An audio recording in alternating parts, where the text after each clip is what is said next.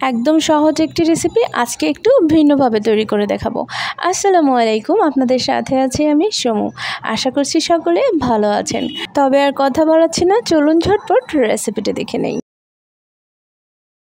এইখানে আমি 4টি মাঝারি সাইজের আলু ভালো করে ছিলে তারপর এভাবে চারকোনা করে টুকরো করে পরিষ্কার করে পানি দিয়ে ধুয়ে নিয়েছি।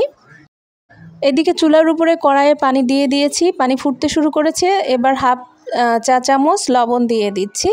এইবার যে আলুগুলো কেটে রেখেছিলাম সেই আলুগুলো দিয়ে দিচ্ছি, আর এই আলুগুলো সেদ্ধ করে নিতে হবে।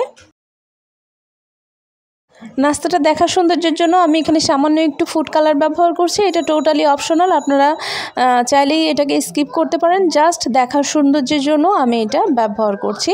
এবার আলুগুলোকে 70% আমি সেদ্ধ করে নিব, পুরোপুরিভাবে কিন্তু সেদ্ধ করব না। একটি ঢাকনা দিয়ে ঢেকে দিচ্ছি এবং 70% সেদ্ধ করে নিব। এই যে দেখুন 70% কিন্তু আমি আলুগুলোকে সেদ্ধ করে নিয়েছি। এবার চুলাটা বন্ধ করে দিব এবং এই আলুগুলোকে পানি ঝরিয়ে ঠান্ডা পানি দিয়ে ধুয়ে নিয়ে একদম ঠান্ডা করে নিব। এবার আমাদের লাগছে 1/4 কাপ কর্নফ্লাওয়ার। আপনারা চাইলে কিন্তু এখানে ময়দাও ব্যবহার করতে পারেন। দিয়ে দিচ্ছি হাফ টিস্পুন মরিচের গুঁড়া। এবার খুব ভালো করে এগুলো মিশিয়ে নিচ্ছি। এবার যে আলুটা আমি ঠান্ডা পানি দিয়ে ধুয়ে রেখেছিলাম, পানি ঝরিয়ে নিয়েছি। এইবার এই কর্নফ্লাওয়ারের মিশ্রণের মধ্যে দিয়ে দিচ্ছি এবং এটাকে খুব ভালো করে এই কর্নফ্লাওয়ারে গড়িয়ে নিব, যেন সুন্দর মতন কোট হয়ে যায় প্রত্যেকটা আলুর কিউবের সাথে। এই যে দেখুন, এভাবে দেখতে হবে। এবার এগুলো ভেজে নেওয়ার পালা।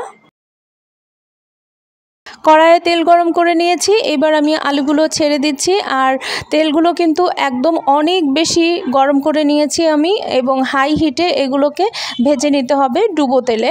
যেহেতু আমি আলুগুলো আগেই 70% সেদ্ধ করে নিয়েছিলাম, এই জন্য কিন্তু অনেক বেশি সময় এটা ভাজার প্রয়োজন নেই। মোটামুটি 4 থেকে 5 মিনিট ভেজে নিলেই কিন্তু চলবে।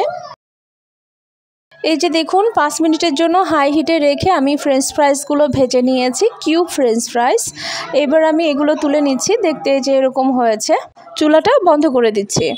রেসিপি একদম সহজ হলেও খেতে কিন্তু অনেক বেশি টেস্টি হয়। বিশ্বাস না হলে বাসায় একবার ট্রাই করে দেখতেই পারেন। এবার আমি একটি ম্যাজিক মশলা নিয়েছি এবং এই মশলাটা দিয়ে দিব। তবে পুরো মশলা আমি দিব না, হাফ মশলা দিব, যেহেতু এখানে ফ্রেঞ্চ ফ্রাইসটা অনেকটাই কম আছে। আপনারা যদি অনেক বেশি করে ভাজেন সেক্ষেত্রে কিন্তু পুরো প্যাকেটটাই দিয়ে দিবেন। এবার আমি এর মধ্যে বেশ খানিকটা টমেটো সস দিয়ে দিচ্ছি। আপনারা চাইলে চিলি সসও এখানে ব্যবহার করতে পারেন। এবার এগুলো খুব ভালো করে মাখিয়ে নিব।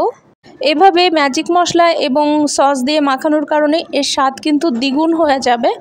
আশা করছি আজকের একদম সহজ এই কিউব ফ্রেঞ্চ ফ্রাইসের রেসিপিটি আপনাদের ভালো লেগেছে।